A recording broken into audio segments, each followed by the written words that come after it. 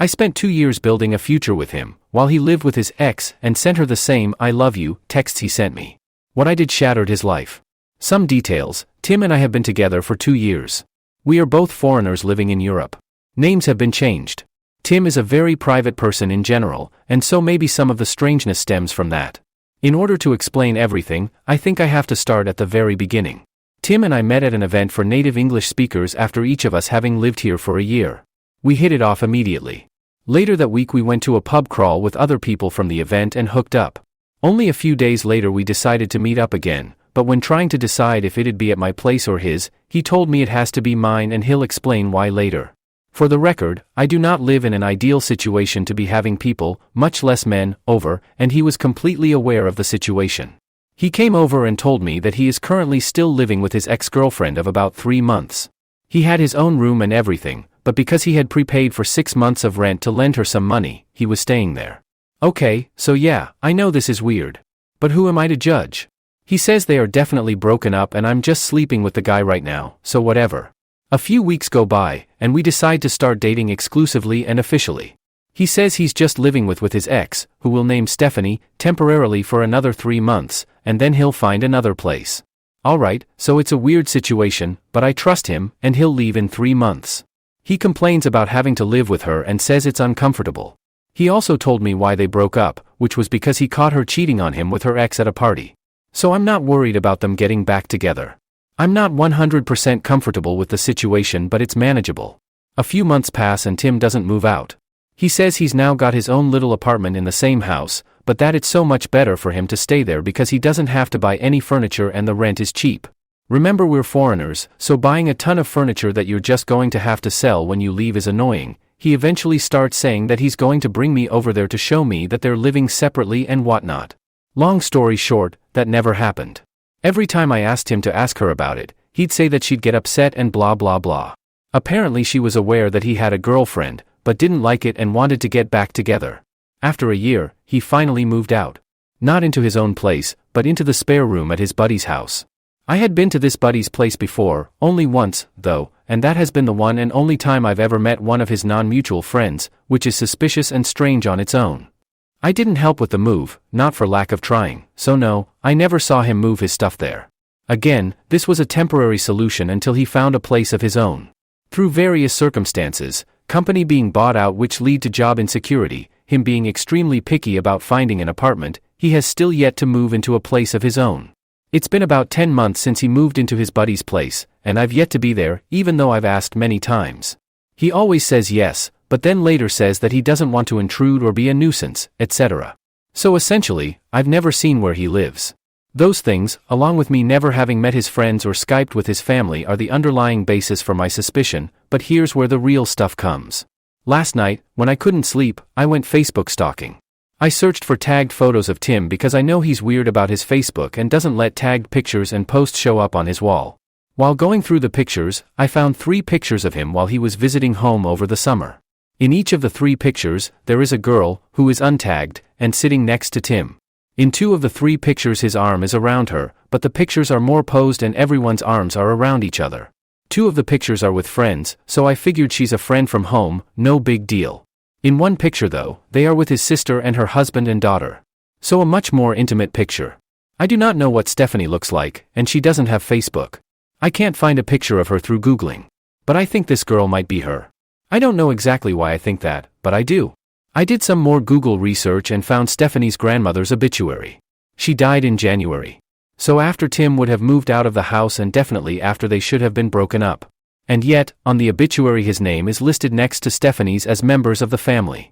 I do know that he was close to the grandmother and that she left him stuff in her will, but still I'm suspicious. If what I suspect is true, that means that he was able to hide this from me and her for 2 years, which is honestly just impressive. Right now, though, I'm stuck. I don't want to bring up my relatively weak evidence with him until I can be sure, because he'll just have an excuse and I'll just accept it because I want to trust him and be with him.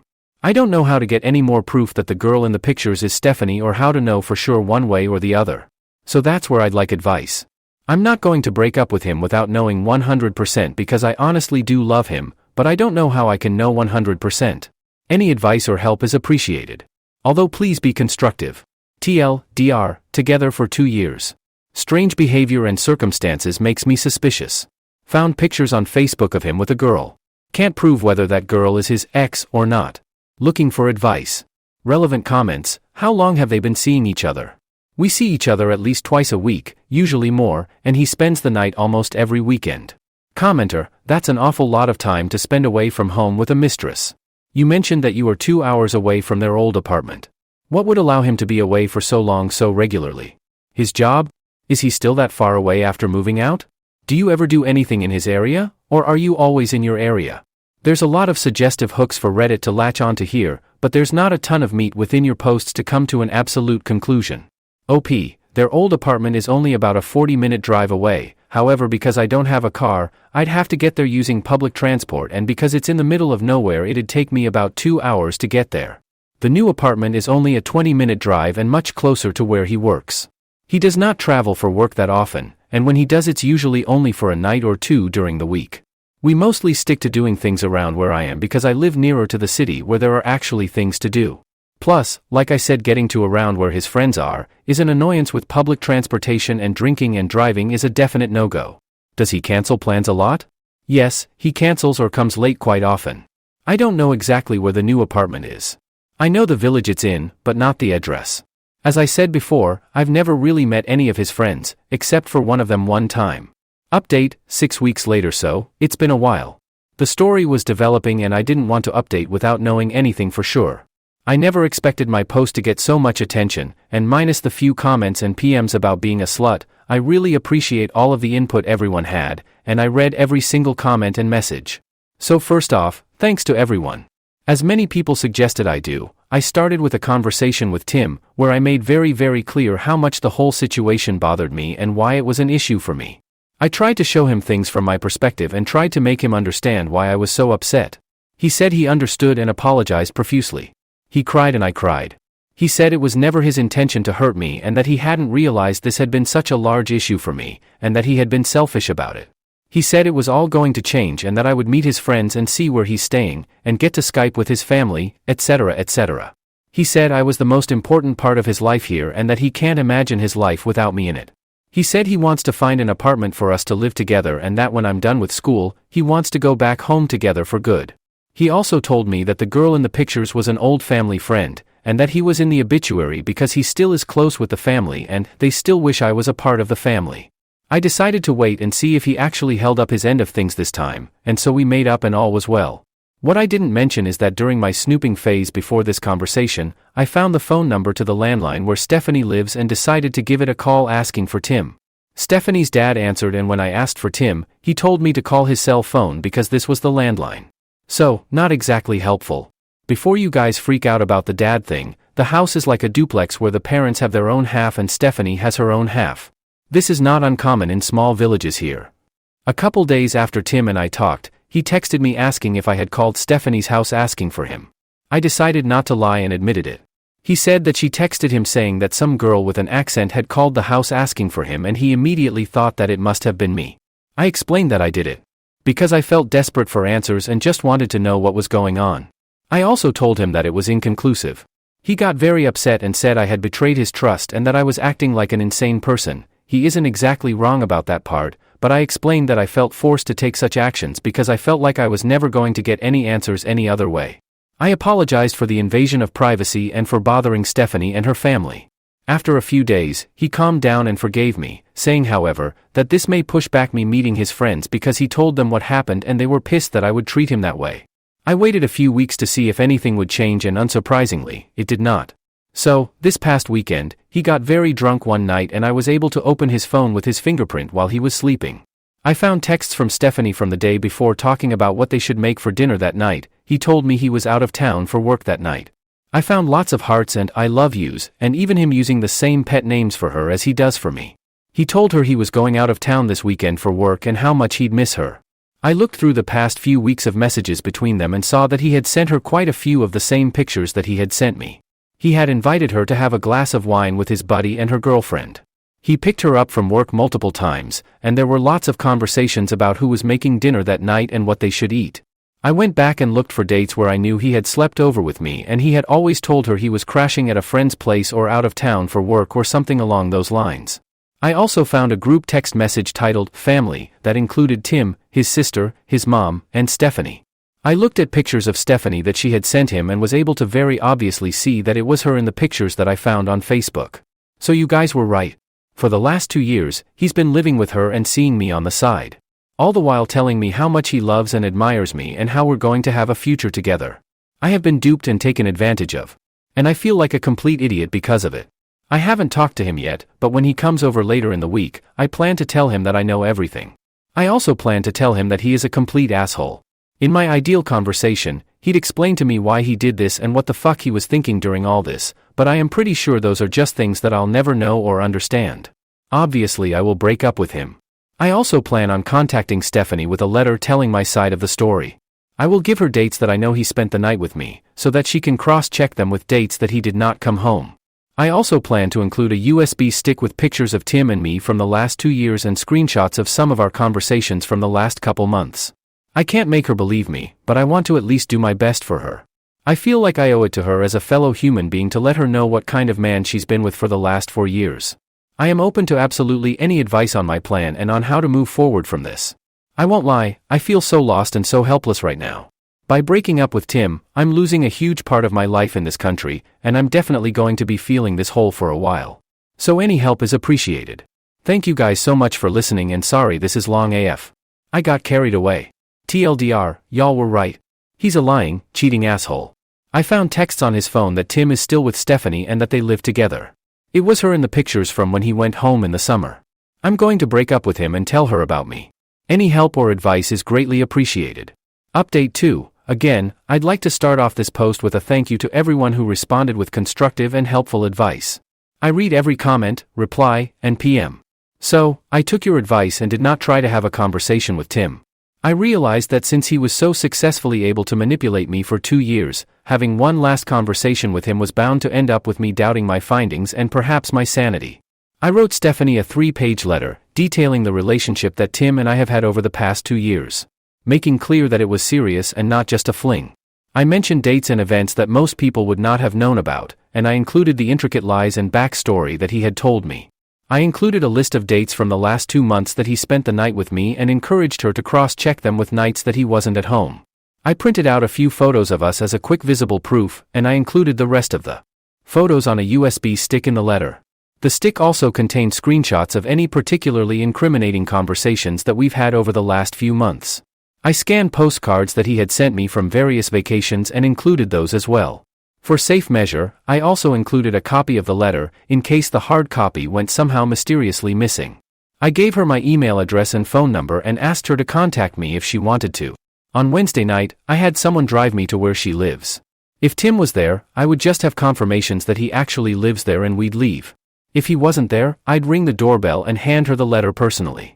We drove the 45 kilometers and Tim was sitting there in the living room on his laptop. It was obvious he lived there. She was nowhere to be seen. His and her names were on the mailbox. I called to see if he'd pick up and he ignored the call. We headed back home. On Thursday morning, I mailed the letter. I ensured that it was registered post. In order to receive the letter, she'd have to show her ID and sign for it. On Friday, the letter arrived. She was not home, so she received a notification to go pick the letter up at the post office. On Saturday morning, she picked it up and I got an email of the receipt with her signature on it. Throughout all of this, I conversed normally with Tim and made excuses as to why he couldn't come over during the week, so as to not tip him off to anything. He stopped talking to me about 20 minutes after she picked up the letter Saturday morning, and I have not heard from him since. He has, however, defriended me and my family on Facebook. I have not heard from Stephanie either. So, now it's really over. I hope with my whole heart that he was not able to lie and manipulate his way out of the situation with her, but I will probably never know. I do not expect to hear from him again. I feel very lonely, taken advantage of, and beaten down.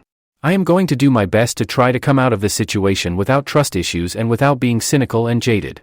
I am seeking therapy to make sure I don't slip into depression. For now, I need to find ways to distract myself and fill up any free time. Thanks again for all your help, r/relationships. This really sucks, but I'll get through it and hopefully be a stronger person for it. TLDR sent Stephanie the letter. Haven't heard from Tim since she received it. He defriended me on Facebook. Don't expect to know any of the outcome or ever hear from him again. Quick edit: I forgot to mention that I'm going to go get tested on Tuesday to be safe. Obviously, if anything comes out of that, I'll do my best to notify both of them. Moving on to our next story, and it says, I, 24M, caught my girlfriend, 23F, sleeping in bed with her male friend, 25M, after she told me she wouldn't. My girlfriend and I have been together 3 years, and for the past year we've lived together in a studio apartment in a major US city.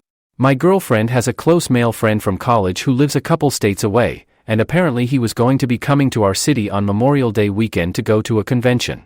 She asked if he could stay over in our apartment to save money and so they could hang out more. I was already planning to do a solo visit to see family that weekend, so I wouldn't be around. I asked about sleeping arrangements. She said she'd get an air mattress for him to sleep on. So, that was last weekend. I went to see family like I had planned, and her friend stayed at our place with her. She texted me a couple of pictures from the convention, so I know they did both go. I told my GF I'd be back Monday afternoon, but I decided to leave a bit early and got back Monday at around 8 a.m. I walked in, the air mattress was crumpled up in the corner, and my GF and her male friend were sleeping together in our bed. This obviously caused a huge blow-up. I am not proud, but I did yell at her, because it was such a huge shock to walk in and see that. She told me she didn't do anything, the air mattress started leaking and she didn't feel like going out at midnight to try and fix it, and it should be obvious that nothing inappropriate happened because he was above the covers and she had a pillow between them. The guy said nothing happened. I told him to let me look through his bag to see if he brought condoms, and he basically said, "Piss off," and left. Now it's the following weekend and everything is still tense. I don't know if my GF cheated or not and what to do. She is angry that I am accusing her of cheating and says she's sorry for not texting me about it at the time, but she didn't think it was a big deal. I pumped up the air mattress and it does have a little hole in it, but it could have been made on purpose? I don't know what to think. TLDR, caught GF sleeping in bed with male friend after I returned home early from visiting family. She is defending herself and is pointing out various circumstances as to why nothing happened, but I don't know. Relevant comments. Commenter, do y'all not own a couch? OP, we don't, just a bed and an armchair. It's a very small apartment. Commenter, come on man, if you are going to sit there and accuse her of making it leak on purpose, then you just need to break up because you will never, ever trust her again.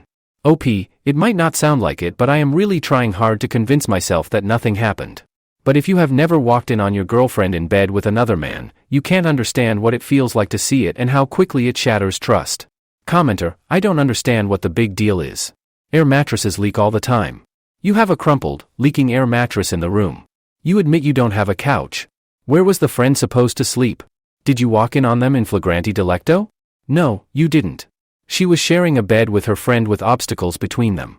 You need to seriously apologize and evaluate your issues with jealousy. You don't own her. Update, 19 days later. So, you guys convinced me that the situation that my girlfriend was describing was true. I came around on the fact that it was really paranoid of me to think that they deliberately put a hole in an air mattress and concocted that whole sleeping situation with him over the covers and the pillow separator just in case I got home early. Basically, I feel like if she actually did cheat, she would have just had him sleep on the air mattress after. I apologized to my girlfriend and called her friend and apologized for acting like a jealous freak. I got a pretty lukewarm response from both. I tried to go back to normal over the next couple weeks, but my girlfriend was cold towards me. I tried to initiate a conversation, but all I got was, "If you don't trust me, why should I trust you?" This past weekend, she broke up with me. She went through my phone while I was in the shower and found some texts from a boneheaded one-time mistake I made over 2 years ago, and that was enough for her. She has gone to live with a friend in our city until we can work out what to do about the apartment. We're both on the lease, and neither of us can afford to live here by ourselves, and it's a studio, so we can't just bring in another roommate. So, not the happiest update. Now I'm trying to figure out where I am going to live and kind of wishing I had never even opened my stupid mouth. TLDR, I apologized, but the damage was done. GF snooped through my phone and broke up with me. Now I'm trying to sort out the housing situation. Relevant comments. Commenter, I mean, you got mad at her for supposedly cheating, yet you cheated yourself. Of course it was enough for her. You're downplaying what you did. OP, I will say that I never carried on an affair with another girl. It was literally one mistake, one moment in time, 2 years ago.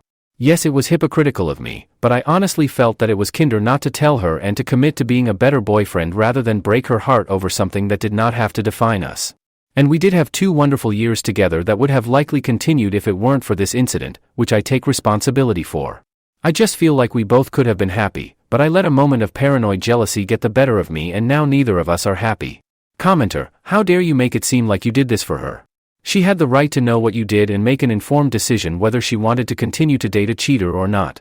Most likely she now feels those 2 years were wasted when she could have been finding someone loyal who respects her. Sure, she's sad now, but she will be happy and find someone worthy of her trust. Top comment, commenter, this is hilarious and awful, for her. So you try and make out that she concocted this crazy elaborate scheme to cheat on you, piercing the air mattress, setting up pillows, and you're the one who cheated. What a joke. No sympathy here, mate. Also the way you word things, it says a lot about you. That was enough for her. She found proof of you cheating and you belittle it, and yet you actually did cheat. Moving on to our next story, and it says, AITA for breaking up with my GF after she dropped a heck of a fact bomb on me? My GF, F29, and I, M32, have been together for 3 years, and I was planning to propose to her soon. She is a very sweet person, and we never had any large arguments before. We listen to the same music, watch the same TV show, and even have the same food preference. Yesterday, a mutual friend of ours came over to hang out, and started to talk about her ex returning to our town soon. This opened up a can of worms, in which my GF admitting that she still harbors feeling towards her ex and have been unable to move on from him. She mentioned that the reason that she dated me was that I was the guy she felt the most comfortable with, albeit that she didn't feel anything romantic towards me. For context, they broke up a couple of years before we dated as he was moving out of the country. She was the one who proposed that we should date. He never came back, and have never been in contact with any of us since then. Afterwards, it felt awkward around my GF, especially knowing that she and I have different set of goals for this relationship, and I wanted to break it off. She then asked me not to mind the fact and that she still wants to continue whatever we had before. AITA for not being able to say yes to continue this relationship as usual? Some comments. Commenter, NTA she essentially said she has feelings for someone else, which leads me to believe her future doesn't fully include you in it. I wouldn't waste my time and wait to find out she doesn't want a future together years down the line. I mean, I guess you could have another conversation with her and ask what her end goal is, but if you can't get past the fact she admitted feelings for an ex, I would just leave things as they are with you having broken up with her. OP, I don't think that I'm able to live with the fact that my GF is not attracted to me.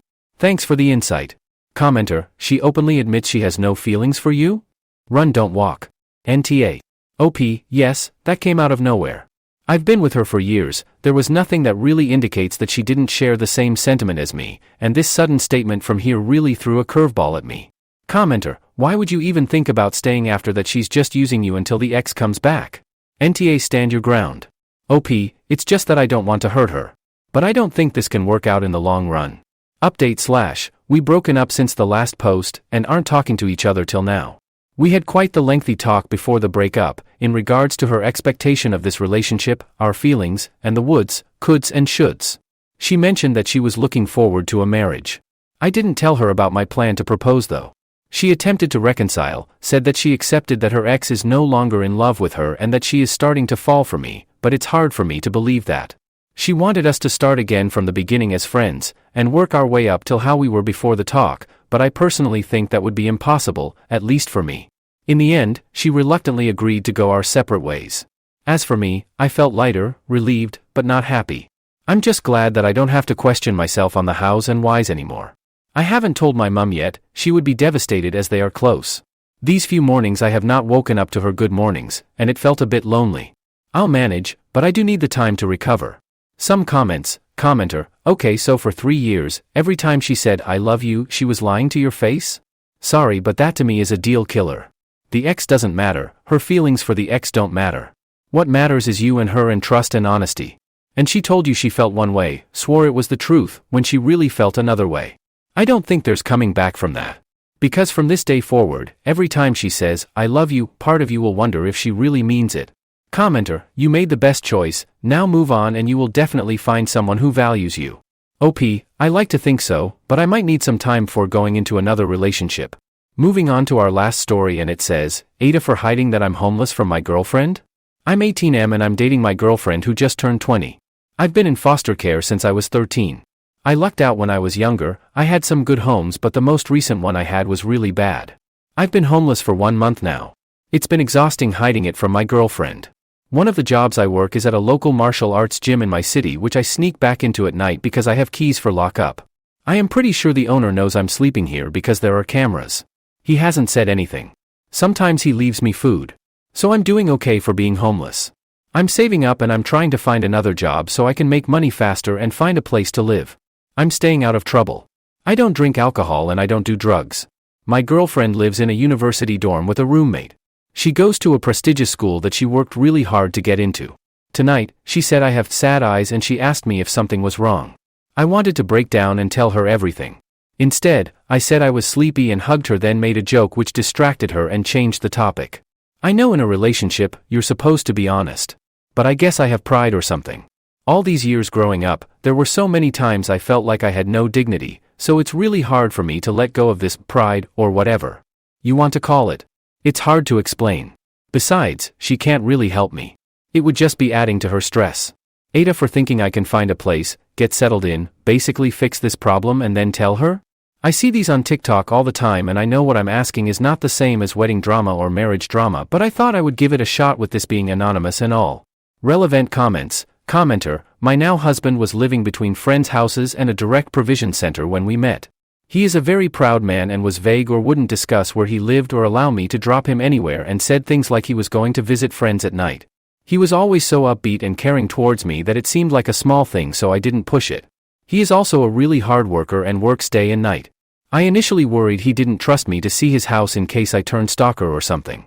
I thought with all the working hours maybe he already had a family or something like that, except he added me on his social media and openly walked around town with me, so that didn't make sense. I totally didn't realize the things he must have been going through till way later, till we had our own place and I accidentally saw an old document he had with the DP address as his address, and it all made sense. Also how he is always helping people he meets who have a hard time, ringing friends and getting them a couch to sleep on, etc. At the time he helped me with any problems I was having, but is very religious and used to tell me that he shared his problems with God, and me being in my little happy self and spending time with him was enough for me to do to help him back. From the woman's perspective, I respect him so much. He didn't lie to me, but he kind of made it clear what he did and didn't want to talk about, and I respected and accepted that. I have a good job and my own money, but he always liked to pay for things like if we got coffee, etc. Things were probably very hard for him, but I'm glad I didn't push it and force him to be vulnerable with me about his fears and circumstances, because I know him and that would have damaged his pride in himself. Sorry for the long rambling reply. I suppose what I'm saying is once you don't make her question how you feel about her, it's okay to struggle and be a man and keep your pride in her eyes. OP, this was really inspiring. I'm really glad you shared this with me. I actually read it over 2 times because it made me feel less bad about myself. I want to be that kind of man one day, like your husband. I try to show up for my girlfriend and the few people in my life. Not as a burden, but someone they can rely on. Normally I'm really good at presenting myself a certain way no matter what's happening to me. I will go as far as to hide injuries, and I think I have a really high pain tolerance now. I'm always smiling and I like to focus on other people, not myself. But lately I'm working a lot more, and even though I have a place to sleep every night, there's this stress that never leaves. So I guess I'm not as convincing as I usually am because I'm too tired. What I'm saying right now, what was the point I was trying to make? I need to sleep, lol. But you said, he didn't lie to me, but he kind of made it clear what he did and didn't want to talk about, and I respected and accepted that. Maybe I could try approaching it somehow like that. Commenter, since you've been in foster care, there's so many resources for you. Please reach out to social worker and work on the housing and education. Where you is very kind of them, and possibly you can still work there. Your best way out of poverty is education. You can do this. OP, I had a great caseworker for many years, but she left the field and I got assigned to a really bad one for the last 2 years. I do have an account since I was young of funds set aside for education, which will help me a lot, and I do plan to use it. What set me back was an incident that happened at my last foster. Anyway, I have plans to use the money to go to school for a trade. If I run out of options, I'll join the military, I guess. I heard mixed reviews, but I'll do my research. Commenter, presumably asking OP why can't he stay with his girlfriend, she's in the dorms. They probably have overnight guest rules, she probably has a meal plan for on-campus food that requires an ID. And she probably has a roommate. Having him stay there and be fed would be challenging. OP, exactly. It would be hard. I'm not even considering it. I really don't want to create trouble for her. Also, I'm like 6 feet 2 inches and her dorm bed is really small. I spent a night there once, but her roommate didn't like that and didn't feel comfortable. So it's not fair to a third party either.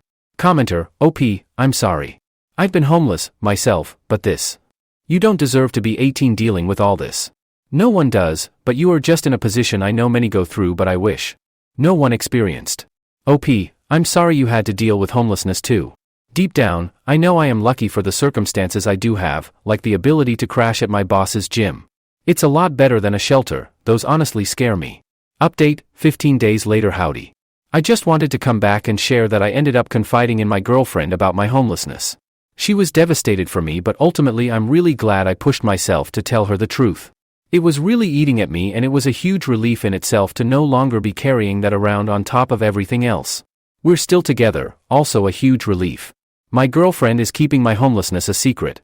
One thing I haven't shared with her, or anyone really outside of you guys, is that I continue to struggle with feelings of shame and inadequacy about this situation, but I know those are more my internal dialogue and not necessarily how others perceive me given that they don't really know. I'm trying really hard to keep my head up and maintain my self-worth and convince myself that I'm not trash. I also ended up telling the owner of the gym I've been crashing at what I've been doing. As I suspected, he knew about it but doesn't want to acknowledge it for insurance purposes, so essentially, this conversation didn't happen. He said I can keep doing it given that I find housing ASAP. I have to move on to a new place to sleep if I'm still homeless in a few weeks. I've got 2 places pending that I know are strongly considering me. I'd happily take either one. Affordable housing here is really difficult to come by and very competitive. There's a lot of interest per listing. I started expanding my search area and this helped, although my commute is going to be rough. Thanks again to everyone who commented on my other post. Relevant comments. Commenter, honestly man, I'm so sorry to hear you're going through this and I'm sending you an air hug. Sometimes just being able to confide in people about the awful things that happen to us can be such a source of relief and just help with relieving the intense pressure and stress if nothing else, and even if the problems aren't fixed. Being open about your situation is tough, but for whatever it's worth I'm honestly proud of you for being brave enough to do it. Being 18 in the world is already hard enough, having to face it out of an unpleasant foster situation and with the stack you've been given isn't fair or right, but I can tell from what you've written that you've been fighting to get to where you need to go. You'll get there.